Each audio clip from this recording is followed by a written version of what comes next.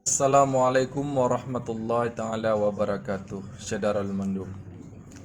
Dayah Tanoh Abe didirikan oleh 7 ulama asal Baghdad, Irak. Mereka datang ke Aceh saat Sultan Iskandar Muda memerintah sekitar 1016 sampai 1045 Hijriah atau tahun 1607 sampai 1636 Masehi. Firuz al-Baghdadi merupakan anak tertua dari 7 bersaudara tersebut. Ketujuh ulama asal Baghdad ini sama sekali tidak memusatkan perhatian kepada pemerintahan.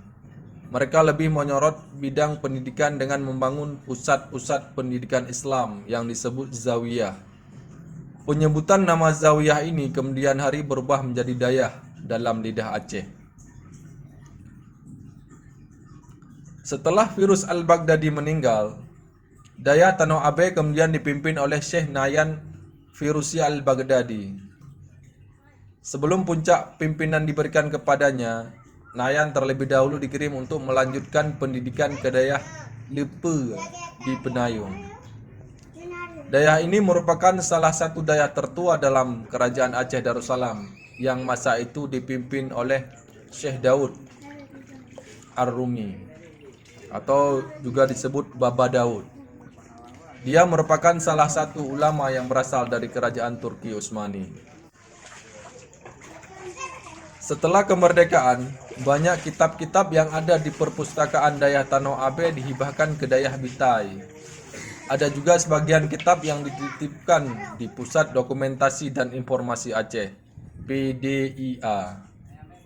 Namun saat tsunami menghancurkan Aceh, kitab-kitab yang ada di sana ikut hilang disapu gelombang tsunami.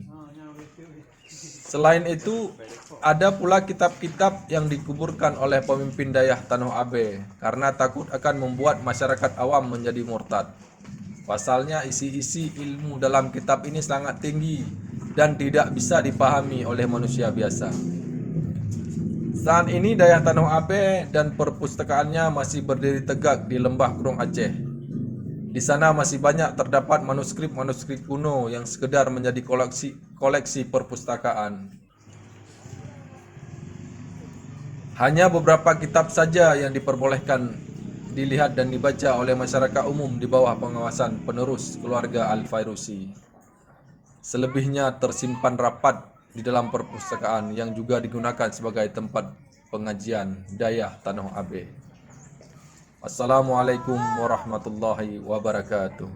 Demikianlah Syederul Mandum.